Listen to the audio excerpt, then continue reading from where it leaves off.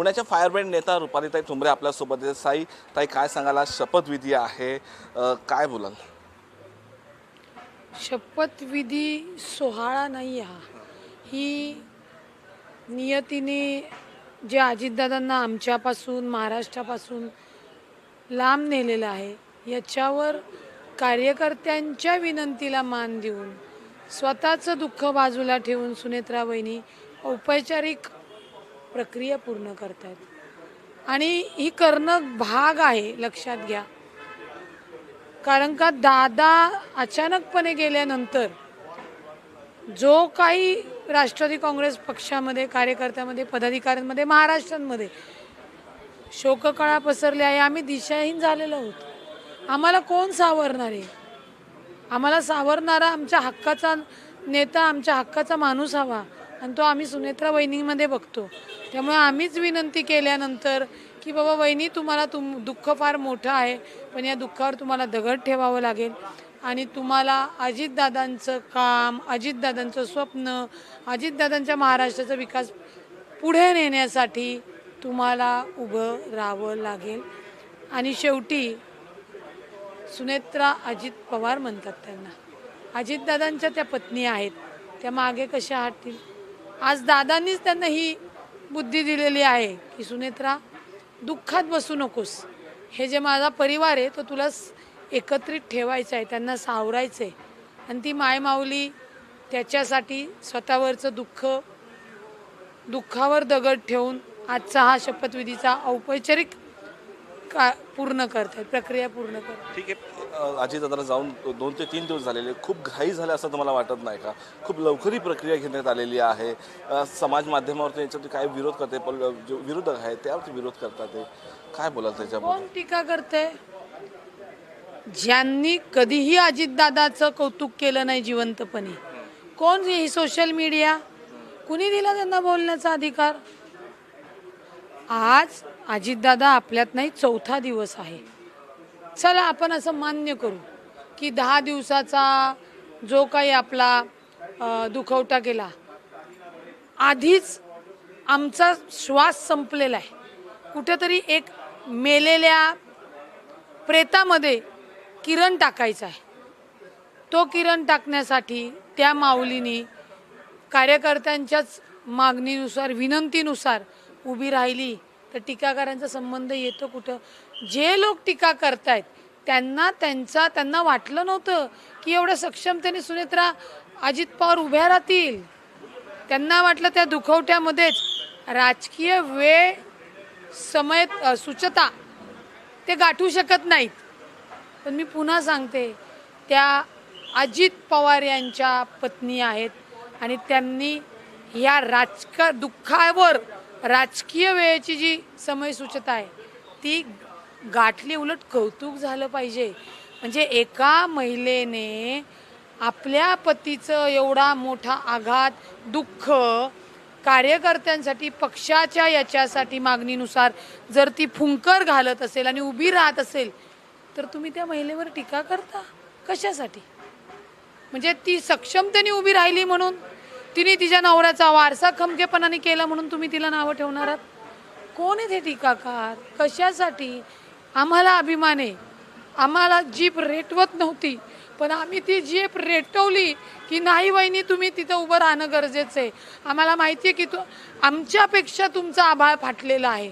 पण एवढे आहे त्यांच्या क्षमता. आता या डोंगरात, ह्या डोंगर सोडून त्यांच्याकडे एवढं क्षमता आहे का? म्हणजे त्यांच्याकडे कॅपॅसिटी आहे का? ते एवढं इतकं मोठं पद आता अंगावरती ते घेणार 2 दिवसानंतर का? त्यांना तुमचं पण एक काय स्टेटमेंट आहे का बाबा, त्यांना उभं करण्यात आलेलं आहे, त्यांची इच्छा नाही त्यांची, काय सांगाल?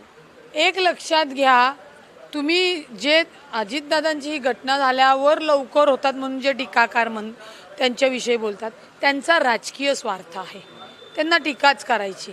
त्याच्यामुळे आपण ती गोष्ट ऐकली असेल की बाबा आई वडिलांना या वाहनावर बसवलं तर बाबा आणि तू चालत गेला, किती मूर्ख आहे, आणि त्यांना चालत बसवलं आणि तो बसला तरी मूर्ख आहे. या लोकांच्या टीकेला कुठेही उत्तर देण्याची म्हणजे गरजच नाही आहे. राहिला सुनेत्रा वहिनी या खासदार आहेत. अजितदादांसोबत आज अनेक वर्ष अजितदादा समोर सगळ्यांच्या काम करतायत. त्या पडद्याच्या मागं काम करत होत्या. आज नियतीच्या या दुःखाच्या डोंगरामुळे त्यांना सगळ्यांच्या समोर उभं राहून काम करावं लागत आहे आणि त्या तेवढ्याच सक्षमतेने करणार. त्या करू शकत नाही एवढं मोठं पद नाही.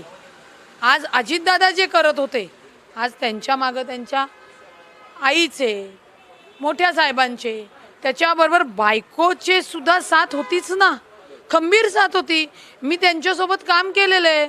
आज आम्ही जरी लोकप्रतिनिधी असलो तरी मार्गदर्शन आम्हाला वहिनी करतात, वहिनी सांगतात.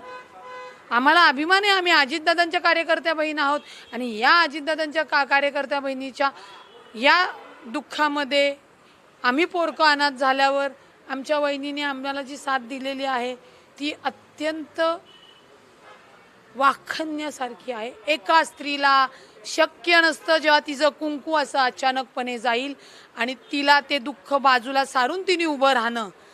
जे टीका करतात त्यांनी त्यांच्या घरातल्या महिलेवर ही वेळ आल्यानंतर तुम्ही काय केलं असतं याचाच विचार करा. त्या मायमाऊलीला आजचा जो काही औपचारिक प्रक्रिया करण्यासाठी ती उभी राहिली आहे. आम्ही अजितदादाच्या बहिणी, राष्ट्रवादी काँग्रेस पक्षाचा पूर्ण परिवार, आमचे खासदार आमदार त्यांच्यासोबत त्याच खमकेपणाने उभे आहोत. ज्या खमकेप्रमाणे, ज्या निस्वार्थीपणाने अजितदादांना आम्हाला जे नाव प्रेम दिलं तेच आम्ही दामदुपटीने आज अजितदादा नसताना त्यांच्या सोबत उभं राहून करणं आमचं कर्तव्य आहे. विलिनीकरण, दोन्ही पक्षाच्या विलिनीकरणामध्ये अंतर्गत विरोध झालेला आहे, काय बोला त्याचा? नाही, एक लक्षात घ्या, माननीय सुनेत्रा वहिनीचा शपथविधी हा भाग वेगळा आहे आणि विलिनीकरण हा भाग वेगळा आहे. ही धुरा सांभाळल्यानंतर म्हणजे अजितदादांची जी कामाची धुरा ती स्वीकारल्यानंतर तो विलिनीकरणाचा जो काही विषय आहे निश्चित पवार कुटुंब बसून सोडवेल ना. कुठे तो स्वतः अजितदादांनी बोलून दाखवलेला आहे आणि ह्या सगळ्या गोष्टी ज्या काही घडामोडी अजितदादांनी केलेल्या होत्या या सगळ्या सुनेत्रा वहिनींना माहीत आहे. पण त्यावेळी असं माहीत होतं का हो की अशा पद्धतीने दादा आपल्याला सोडून जातील? दादा आज इथे नाही आहेत हे नाही पचनी पडते. आजही वाटते की दादा देवगिरी आहेत, मंत्रालयात ते 6व्या मजल्याच्या ऑफिसवर आहेत. नाही मन तयार होते. आम्हाला आमचं तर संपलंय हो, आम्ही संपलोय. आम्हाला उभं राहण्यासाठी हा जो कटू निर्णय आहे तो हे जे विष आहे हे पिण्यासाठी सुनेत्रा वहिनी उभ्या राहिला हेच आमचं भाग्य आहे. सकाळी शरद पवार साहेबांनी सांगितलं, पत्रकार परिषद घेऊन सांगितलं, जो काही शपथविधी होता त्यात आम्हाला विश्वासात घेतलेला नाही, आम्हाला या संदर्भातली कुठली कल्पनाच नाहीये. नाही, ते तसं नाही म्हणले. ते काय म्हणले लक्षात घ्या, एकत्रीकरण जर झालं असतं तर निश्चित त्यांना ह्या सगळ्या गोष्टी विचारात घेतल्या असतं. एकत्रीकरण झालेलंच नाहीये. राष्ट्रवादी काँग्रेस पक्ष शरद पवार साहेब तो गट एक आहे, राष्ट्रवादी काँग्रेस पक्ष अजितदादा एक गट आहे. हे दादांची इच्छा होती की विलीनीकरण झालं पाहिजे. हो, अजितदादांनी तुमच्या माध्यमासमोर बोलून दाखवले, झाले ते गंगेला मिळालं, आपण एकत्र येऊ. मग येतील ना.